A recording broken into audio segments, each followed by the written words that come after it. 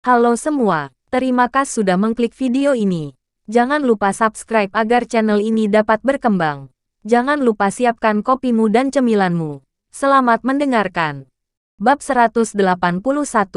Benar-benar, ada ularnya. Melihat ada ular merah yang dimuntahkan dari tubuh Kelvin, semua orang menjadi tercengang.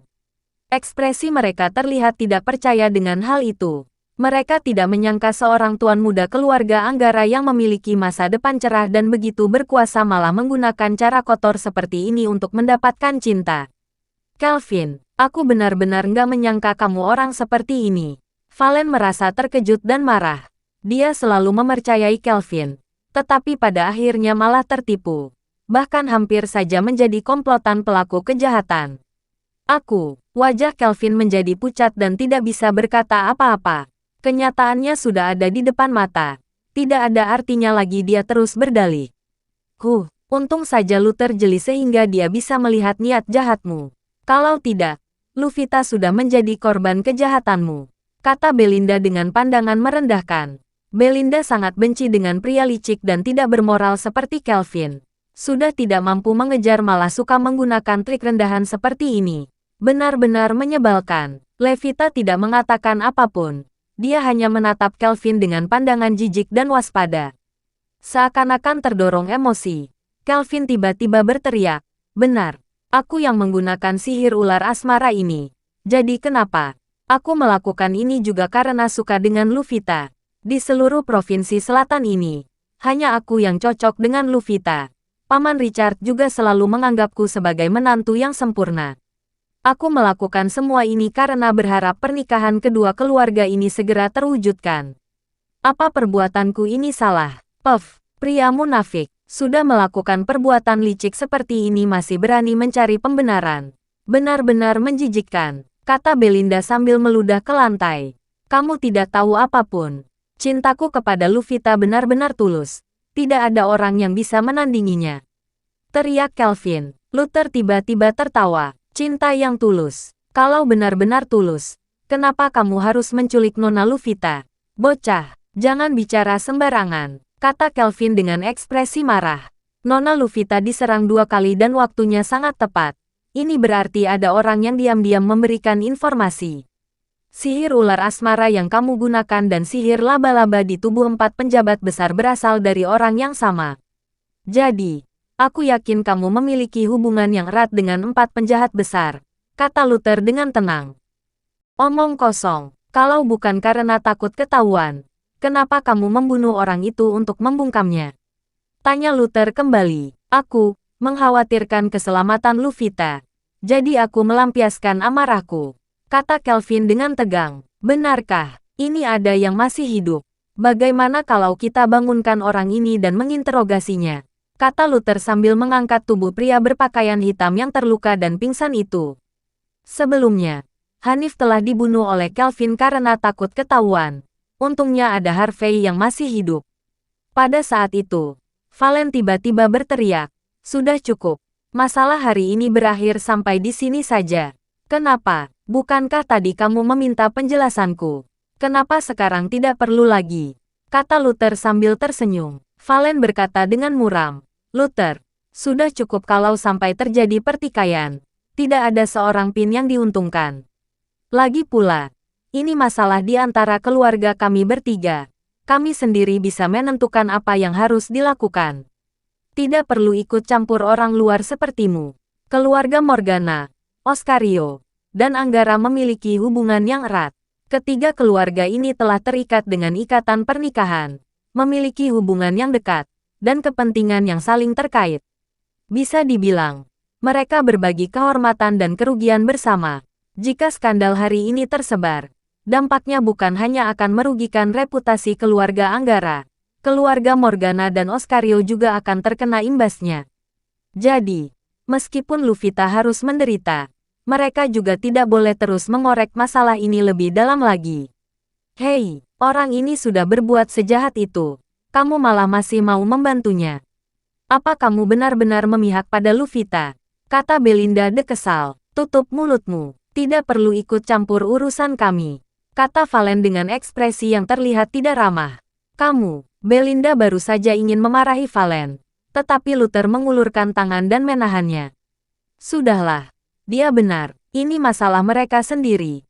Tidak ada hubungannya dengan kita. Tapi, bagaimana dengan Luvita? Kata Belinda sambil mengernyitkan alisnya. Hubungan mereka berdua sangat baik. Jadi Belinda tidak berharap sahabat baiknya menderita. Belinda, aku baik-baik saja. Ayahku akan mengurus masalah ini, kata Luvita sambil memaksakan senyumannya. Bab 182. Luvita memang berkata demikian, namun di dalam hatinya, dia tahu bahwa ayahnya pasti akan mengabaikan masalah ini. Sebagai orang yang terlahir di keluarga kaya, yang harus dipikirkan bukan hanya kesenangan sesaat, tetapi harus lebih memikirkan keuntungan keluarga. Baiklah, Paman Richard begitu menyayangimu. Dia pasti tidak akan membiarkanmu menderita, kata Belinda sambil mengangguk dan tidak membahasnya lagi. Belinda, ayo kita pulang dan beristirahat. Setelah dan menyimpan kembali jarum emasnya, Luther bersiap untuk pergi, mau melarikan diri. Pada saat itu, Kelvin tiba-tiba melompat bangkit dengan ekspresi sangat marah dan tatapan yang kejam. Saat Luther tidak waspada, Kelvin langsung mendekat dan menusukkan pisaunya. Mati saja kamu, teriak Kelvin sambil menusukkan pisaunya dengan keras ke punggung Luther. Hati-hati, ekspresi Belinda dan Luvita berubah. Yang lainnya juga terkejut dengan teriakan Kelvin yang mendadak. Tidak ada yang menyangka, Kelvin malah menyerang Luther dengan mendadak. Langkah Luther terhenti sejenak. Lalu perlahan-lahan berbalik dan menghadapi tatapan ganas dari Kelvin. Kamu ingin membunuhku? Kenapa kalau aku membunuhmu? Sampah sepertimu. Mati pun tidak ada apa-apanya. Kelvin tertawa ganas sambil menusukkan pisaunya dengan lebih dalam lagi. Namun, dia segera menyadari ada yang tidak beres. Dia berusaha sekuat tenaga mengayunkan pisaunya, tetapi tidak berhasil sepenuhnya menusuk Luther. Kamu sudah ingin membunuhku. Jadi jangan salahkan aku tidak berperasaan. Luther mencengkeram leher Kelvin dan mengangkatnya. Dalam seketika, Kelvin kesulitan bernapas. Wajahnya memerah dan kakinya menendang-nendang secara liar. Tetapi dia sama sekali tidak mampu melepaskan diri. Luther segera lepaskan dia. Setelah merasakan adanya niat membunuh yang kuat, ekspresi Valen berubah dan segera berteriak menahan Luther. Dia mau membunuhku. Jadi aku harus berdiri diam dibunuhnya, kata Luther sambil memalingkan kepalanya dan tatapannya terlibat dingin. Aku tidak peduli, pokoknya, kamu tidak boleh melukai Kelvin atau kamu akan menjadi musuh kami. Ancam Valen. Benar, segera lepaskan Kak Kelvin. Kalau tidak, jangan salahkan aku melawanmu. Duncan turut mengancam Luther. Luther, kamu tidak boleh menyinggung Tuan Kelvin. Minta maaflah dengan tulus. Mungkin Tuan Kelvin akan mengampunimu. Orang bijak tahu bagaimana menyesuaikan dirinya. Biarkan saja Tuan Kelvin menusukmu sekali untuk melampiaskan amarahnya. Kalau kamu melawan, bukan hanya kamu, tapi keluargamu akan menanggung akibatnya juga. Benar, di dunia ini, mengandalkan ilmu seni bela diri saja tidak berguna. Yang terpenting adalah kekuasaan. Tidak akan terlihat memalukan juga kalau kamu berlutut dan meminta maaf kepada Tuan Kelvin. Setidaknya nyawamu akan terselamatkan. Semua orang mulai berbicara dan memberikan pendapat masing-masing. Mereka semua tahu Kelvin yang bersalah. Tetapi di hadapan kekuasaan, masalah benar atau salah sama sekali tidak penting. Hehehe, bocah, kamu dengar, aku sama sekali bukan lawan yang bisa kamu ganggu. Meskipun kamu hebat, lalu apa gunanya? Pada akhirnya, kamu hanya seorang ahli bela diri biasa. Hanya satu kata saja dariku, keluargamu akan hancur. Sekarang, segera berlutut dan bersujud kepadaku. Siapa tahu kalau suasana hatiku baik, mungkin aku akan mengampunimu. Kelvin menyeringai, seolah-olah dia sudah menang. Kenapa kamu begitu yakin aku tidak berani membunuhmu? Luther melihat Kelvin dengan ekspresi bercanda. Apa kamu berani? Aku adalah anggota keluarga Anggara. Kalau kamu berani sedikit saja, seluruh keluargamu akan mati. Ayo bunuh aku. Bukankah kamu tadi sangat sombong? Bunuh aku kalau berani. Aku ingin lihat, kamu berani atau tidak. Kelvin terus berteriak dan merasa sangat berkuasa. Namun, sebelum dia melanjutkan perkataannya, Luther tiba-tiba mengepalkan tangannya dengan kuat dan lehernya patah. Kelvin meninggal. Bab 183. Di kehidupan berikutnya, belajarlah menjadi lebih pintar. Melihat Kelvin yang sudah meninggal, Luther mengayunkan dan melemparkan mayatnya keluar dengan sebelah tangan seperti sedang membuang sampah. Bang! Bersamaan dengan bunyi dentuman, tubuh berat Kelvin akhirnya jatuh di dekat Valen dan yang lainnya. Ekspresinya terlihat penuh ketakutan dan ketidakpercayaan. Sampai akhir hayatnya pun, dia tidak mengerti mengapa Luther berani memperlakukannya seperti itu. Melihat mayat di dekat kaki mereka, semua orang sontak membeku. Mereka mematung dan tidak bereaksi dalam waktu yang lama. Seorang putra bangsawan dari ibu kota malah dibunuh seperti ini. Kenapa bisa begitu? Setelah hening sejenak, suasana di seluruh ruangan langsung menjadi heboh. Luther, kamu sudah gila. Kamu benar-benar membunuh Kelvin. Valen menunjuk Luther dengan ekspresi terkejut. Tindakan Luther yang membunuh Kelvin ini benar-benar telah melanggar hukum dan gila. Bocah, mampuslah kamu. Kamu sudah membunuh Kak Kelvin. Mulai saat ini, tidak ada lagi yang bisa menampungmu di dunia ini. Kamu akan mendapatkan balasan dari keluarga Anggara. Bukan hanya kamu, bahkan keluarga dan teman-temanmu semuanya akan menjadi sasaran utama keluarga Anggara. Mereka semua akan mati bersamamu. Duncan terus-menerus berteriak dan merasa sangat emosional. Gila, orang ini benar-benar sudah gila. Keluarga Anggara adalah keluarga kuno dalam dunia bela diri dan sangat berpengaruh di seluruh provinsi selatan. Mereka memiliki banyak murid. Jadi kalau menyinggung keluarga Anggara berarti menyinggung banyak ahli. Kamu cari mati. Kamu bahkan berani membunuh Tuan Kelvin. Tidak ada yang bisa menyelamatkanmu lagi. Semua orang di ruangan terkejut. Tidak ada yang menyangka Luther benar-benar berani membunuh orang. Apa dia sudah bosan hidup? Kalau orang itu tidak menggangguku, aku tidak akan mengganggunya. Tapi, kalau orang itu menggangguku, aku pasti akan membalasnya. Kelvin ingin membunuhku. Jadi mana mungkin aku membiarkannya hidup? Kata Luther dengan ekspresi dingin. Gila, orang gila, kamu pasti akan menyesal.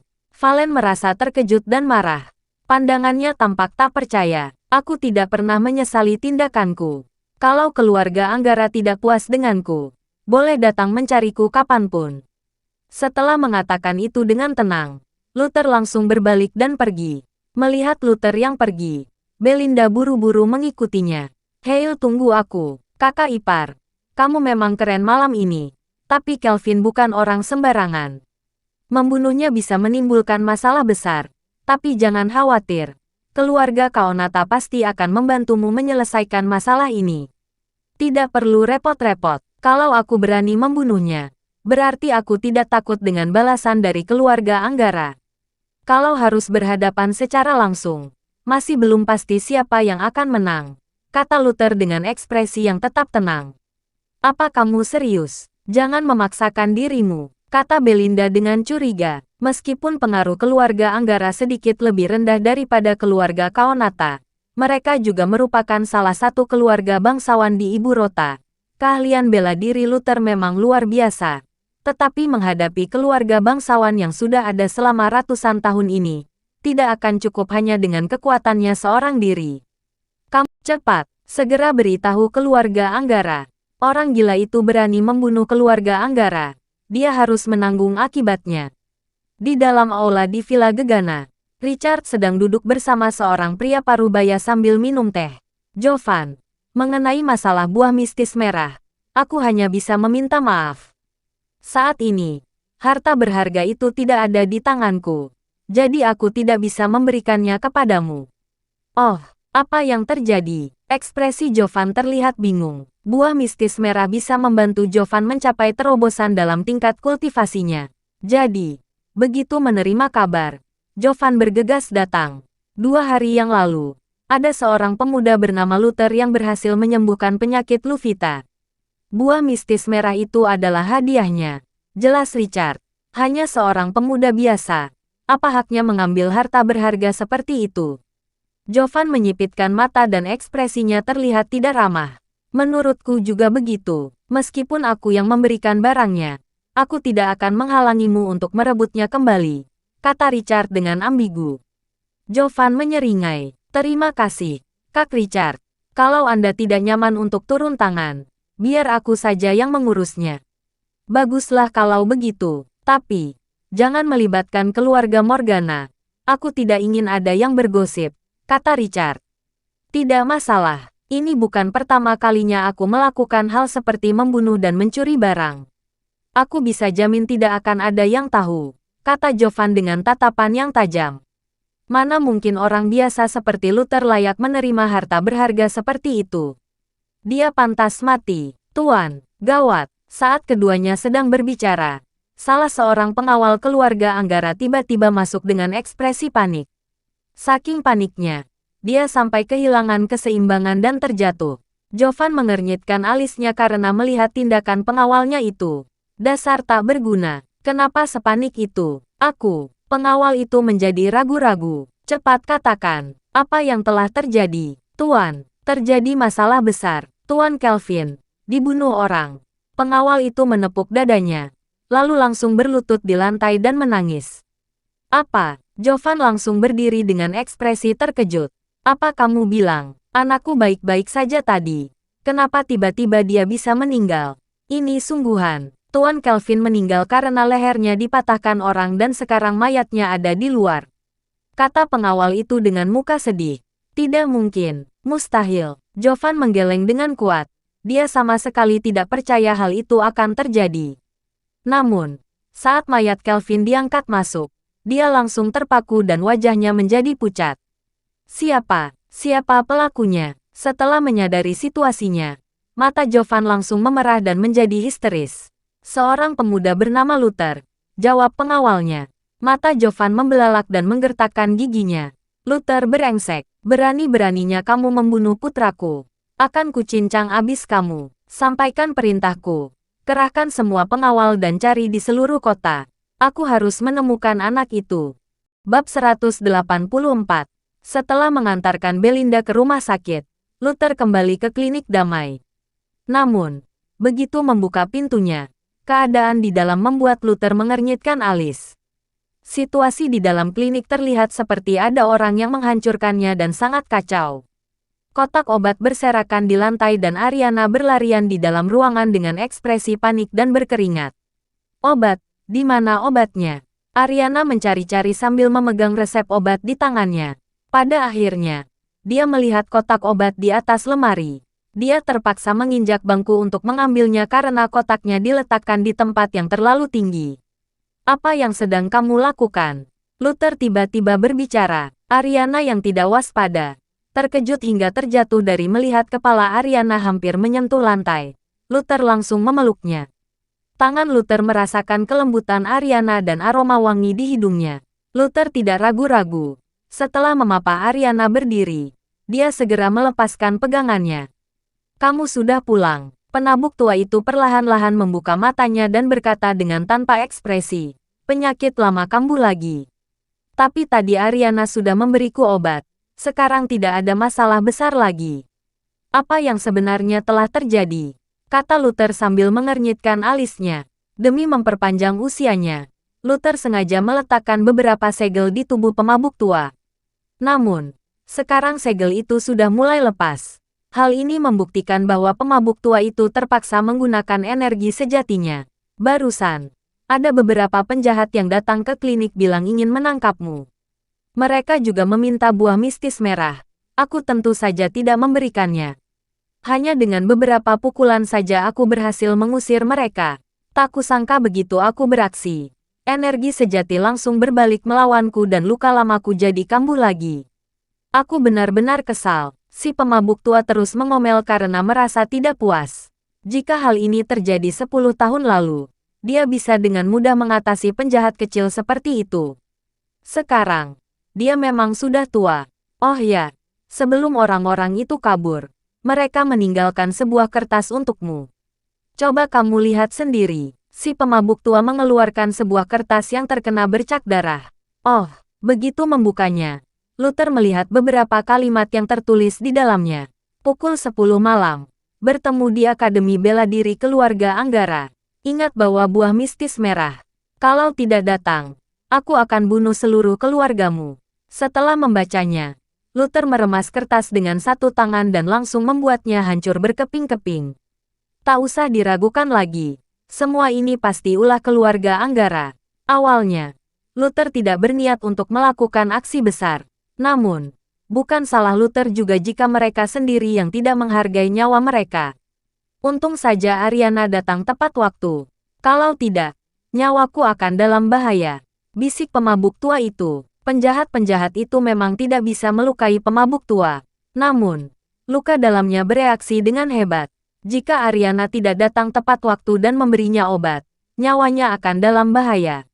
Terima kasih, kata Luther sambil berbalik dan menatap Ariana dengan ekspresi rumit. Nggak masalah, kakek memperlakukanku dengan baik. Sudah seharusnya aku melakukan ini. Ariana menyeka keringatnya. Bagaimanapun juga, aku harus berterima kasih kepadamu. Selain itu, aku harus keluar lagi. Tolong jaga kakek sebentar, kata Luther. Kamu mau kemana lagi? Kata Ariana sambil mengernyitkan alisnya. Balas dendam. Malam harinya, di ruang komando utama pasukan Jiman, seorang jenderal muda yang gagah sedang merenungkan strategi di atas kertas peta. Beberapa wakil jenderal dan pejabat wanita di belakangnya tidak berani mengganggunya. Dalam mata mereka terpancar perasaan hormat dan kagum yang mendalam. Perlu diketahui, orang di depan mereka ini adalah jenderal termuda di negara Drago. Jenderal itu disebut bintang kembar keluarga Devano bersama Dewi Perang Wanita, Hani. Belum mencapai usia 30, jenderal ini telah memimpin puluhan ribu pasukan. Dia telah meraih banyak kemenangan dan mengumpulkan banyak prestasi. Gelar Dewa Perang memang sangat pantas untuknya. Di seluruh negara Drago, tidak ada yang bisa menandinginya. Bisa dibilang, tiada duanya. Kring, pada saat ini, ponsel di atas meja tiba-tiba berdering. Panggilan itu berasal dari nomor asing. Yogi mengernyitkan alisnya karena merasa ada yang aneh. Begitu menerima panggilan itu, terdengar suara yang familiar. Halo, ini Yogi. Siapa kamu? Berani-beraninya kamu memanggil namaku. Besar sekali nyalimu. Aku geral. Yogi terdiam dan langsung membeku. Kata-kata yang sudah sampai di ujung bibir, ditelannya kembali. Setelah diam beberapa saat, Yogi baru berkata dengan ekspresi kesal. Kenapa malah kamu yang menelepon? Aku kira kamu sudah mati di luar sana. Jangan banyak bicara. Aku punya tugas untukmu. Hei, sopan sedikit kalau bicara. Sekarang aku adalah seorang jenderal. Bukan lagi anak buah lemah yang kamu pukul waktu itu. Kata Yogi dengan suara pelan. Oh, jadi, tolong hormati aku sedikit. Saat meminta bantuan seseorang, sikapmu seharusnya disesuaikan. Misalnya dengan mengucapkan sesuatu yang menyenangkan. Kata Yogi sambil mengelus lencana di bahunya. Ekspresi Yogi terlihat bangga. Sudahlah, aku cari orang lain saja. Luther malas untuk bicara lebih banyak. Jangan tutup teleponnya. Yogi kaget dan langsung tersenyum lebar. Kamu ini benar-benar sulit diajak bercanda. Baru bicara beberapa patah kata saja sudah marah. Memangnya hubungan kita ini siapa? Apa kamu perlu seperti itu? Kalau ada urusan, tinggal bilang saja. Sekarang kamu adalah seorang jenderal dan dewa perang negara Drago. Aku tidak berani merepotkanmu. Lebih baik aku mencari orang lain saja. Kak Geral, jangan begitu. Bisa membantumu adalah sebuah kehormatan bagiku. Anggap saja aku memohon padamu. Tolong beri aku kesempatan. Aku janji akan menyelesaikan tugas ini dengan baik. Kata Yogi dengan panik. Sialan. Sekian lama Yogi menunggu kesempatan untuk beraksi. Mana mungkin dia akan melepaskan peluang ini begitu saja. Nah, kamu yang memohonku sekarang. Aku akan menghormatimu karena kamu begitu tulus. Hehe, terima kasih Kak Geral. Yogi langsung tersenyum. Yogi yang manja itu membuat beberapa pejabat wanita di sekitarnya terkejut. Mata mereka membelalak seakan-akan melihat hantu. Apakah ini benar-benar jenderal yang tegas dan serius seperti biasanya? Siapa sebenarnya orang di ujung telepon itu? Kenapa dia bisa membuat dewa perang ini begitu patuh? Bab 185. Villa Gegana. Ayah, tolong bantu Kak Luther. Kalau tidak, dia akan mati. Bujuk Luvita sambil berlutut di lantai. Kamu masih berani memohon untuknya. Kali ini, pemuda itu melakukan kesalahan besar karena membunuh Kelvin. Jovan sudah menggerakkan semua pasukan elit di Jeloam. Hari ini, tidak ada yang bisa menyelamatkannya, kata Richard dengan ekspresi dingin. Ayah, Kak Luther sudah beberapa kali menyelamatkanku. Tolong bantu dia kali ini, kata Luvita sambil menangis. Sejak kembali ke villa, Luvita terus berlutut memohon kepada ayahnya. Dia berusaha memohon bantuan karena hanya ayahnya yang bisa mengendalikan Jovan yang sedang hilang kendali. Justru karena dia pernah menyelamatkanmu, aku baru menahan diri untuk tidak ikut membunuhnya, kata Richard dengan ekspresi dingin. Ayah, kalau ayah menyelamatkan Kak Luther, aku akan menuruti semua perintah ayah. Luvita mulai bersujud dengan keras. Darah segar mengalir dari kening Luvita. Richard memukul meja dan berdiri. Dasar anak bandel, kamu benar-benar tidak mengerti apa-apa. Kamu ingin aku bermusuhan dengan keluarga Anggara hanya karena seorang pemuda yang tidak ada hubungannya dengan kita. Apakah kamu mengerti apa itu mengutamakan kepentingan umum? Aku tidak peduli apa itu kepentingan umum. Aku hanya tahu Kak Luther pernah menyelamatkanku. Jadi aku harus membalas budinya, kata Luvita dengan mata berkaca-kaca. Kamu benar-benar keras kepala. Richard merasa sangat marah. Valen, bawa anak ini pergi dan awasi dia dengan ketat. Jangan biarkan dia pergi dari villa ini. Baik, setelah mengiyakan, Valen hanya bisa membawa Luvita pergi dengan paksa. Kak Valen, tolong bantu aku. Bisakah kamu membantuku? Mata Luvita sudah merah menangis dan terlihat sangat putus asa. Gadis bodoh, tidak ada gunanya kamu melakukan semua ini demi seorang pria asing. Valen menghela napas. Valen bisa melihat Luvita yang tampak sedang kasmaran ini benar-benar telah jatuh cinta pada Luther. Namun, cintanya ini tidak akan berakhir dengan baik. Satunya adalah putri dari keluarga bangsawan dan satunya lagi pemuda dari desa. Perbedaan status mereka sangat besar. Kak Valen, biarkan aku menelepon kakek. Asalkan Kalek mau membantu, kita pasti bisa menyelamatkan Kak Luther. Bujuk Luvita. Luvita, kakek sudah lama tidak peduli dengan masalah seperti ini. Ayahmu yang memutuskan semua masalah keluarga sekarang. Valen menggelengkan kepalanya. Bagaimanapun juga, aku ingin mencobanya. Kalau tidak, aku tidak puas, kata Luvita dengan keras kepala. Baiklah, aku harap kamu tidak menyesalinya. Valen tidak berdaya dan hanya bisa memberikan ponselnya kepada Luvita. Menurutnya, apa yang Luvita lakukan hanya tindakan yang tidak berguna.